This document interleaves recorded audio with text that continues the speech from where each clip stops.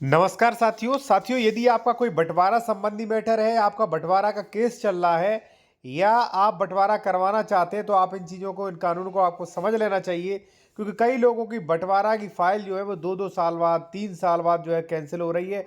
उनका पैसा बर्बाद हो रहा है, समय बर्बाद हो रहा है और बंटवारा भी नहीं होता है क्योंकि फाइल ही रिजेक्ट कर दी कोर्ट ने। ठीक है, तो चलिए मैं आपको बताने वाला हूँ साथियों। अगर आप किसी मैटर पर विशेषज्ञ द्वारा कंसल्टेशन करना चाह रहे हैं तो कॉन्टैक्ट नंबर वीडियो के डिस्क्रिप्शन में मिल जाएगा। और अगर आप जूनियर एडवोकेट हैं तो ये कोर्ट ड्राफ्टिंग नियम ई बुक देख सकते हैं। इसमें आपको कई चीज़ें मिल जाएंगी, जैसे स्टे कैसे लें, आदेश स्थगन, बंटवारा।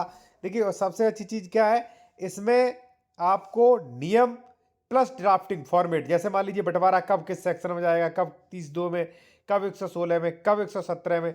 ठीक है, मकान का बंटवारा कहाँ जाएगा, वसीयत प्रॉपर्टी, सारे टॉपिक उनके बारे में जानकारी आपको मिलेगी। और साथ ही साथ है जो साथियों, उनके बारे में आपको फॉर्म भी मिलेगा।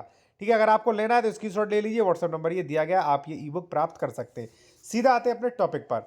देखिए साथियों, बंटवारा कब नहीं होता है और कब रिजेक्ट फाइल हो जाती है वो आप समझें।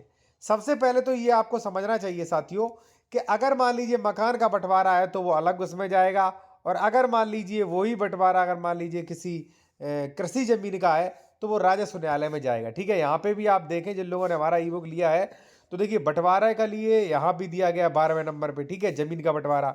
और यहाँ पे आप देखेंगे साथियों 35 नंबर पे मकान का बंटवारा का अलग दिया है। ठीक है, तो इसी तरीके से दोनों बंटवारे का केस अलग अलग जाते हैं। अब मान लीजिए साथियों, यहाँ पर आपका कोई खेती की जमीन का बंटवारा है तो यहाँ पर कुछ चीजें ध्यान दें। ठीक है ना।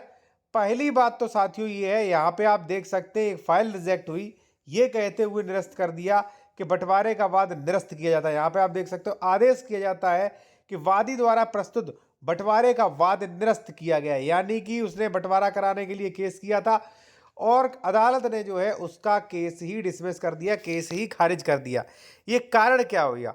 अब देखिए साथियों, यहाँ पे मैं आपको कारण बताऊं तो देखिए कारण एक्चुअली क्या है कि अगर मान लीजिए वहां पर आबादी है। अब देखिए यहाँ पे क्या कहा गया वो आप देख लें कि दोनों अधिवक्ताओं की बहस सुनी गई। क्षेत्रीय लेखपाल द्वारा अपनी आख्या में उल्लिखित किया गया कि मौके पर आबादी होने के कारण कुरा बंटवारा किया जाना संभव नहीं है, क्योंकि मौके पर आबादी है। स्थल का फोटोग्राफ क्षेत्रीय लेखपाल द्वारा संलग्न किया गया कि भई ये देखिए यहाँ पे आबादी है, जिसके कारण स्पष्ट होता है कि वादग्रस्त भूमि मौके पर आबादी में परिवर्तित हो चुकी है। यानी कि वादग्रस्त भूमि जो है वो आबादी की हो चुकी है, जिसमें मकान, सड़कें आदि बने हैं। मौके पर आबादी बने होने के कारण उत्तर प्रदेश राजस्व संहिता 2006 की धारा 116 के अंतर्गत कार्रवाई किया जाना विधि सम्मत नहीं है। और क्षेत्रीय लेखपाल द्वारा प्रस्तुत आख्या दिनांक 29/11/2024 फोटोग्राफ से सहमत होने के कारण वाद निरस्त कर दिया। यानी कि साथियों क्या हुआ, व्यक्ति ने अपना न्याय के लिए, अपनी जमीन का बंटवारा कराने के लिए केस किया था, अदालत ने वो केस खारिज कर दिया। क्यों? क्योंकि वो जमीन आबादी की थी। अब आप कहोगे साहब आबादी की जमीन तो क्या बंटवारा नहीं होगा?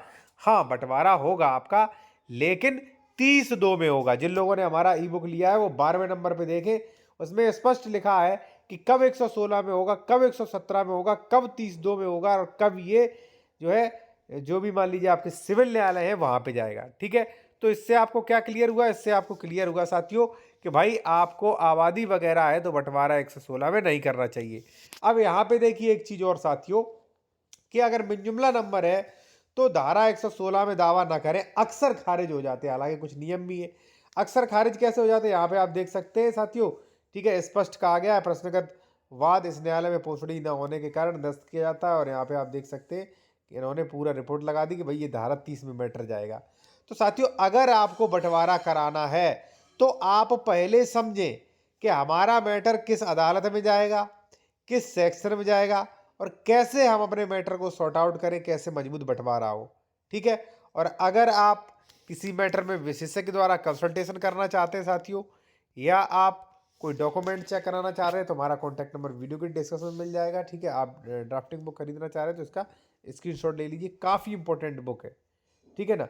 बुक क्या मतलब, ई बुक है जो आप ईमेल या व्हाट्सएप पर ले सकते हैं। ये सारी चीज़ें आप देख सकते हैं, ये सारी चीज़ें आपको उनकी जानकारी मिलेगी, इनके सेक्शंस मिलेंगे और यहाँ पे जो है इनके फॉर्मेट्स भी साथियों मिलेंगे आपको। ठीक है जी।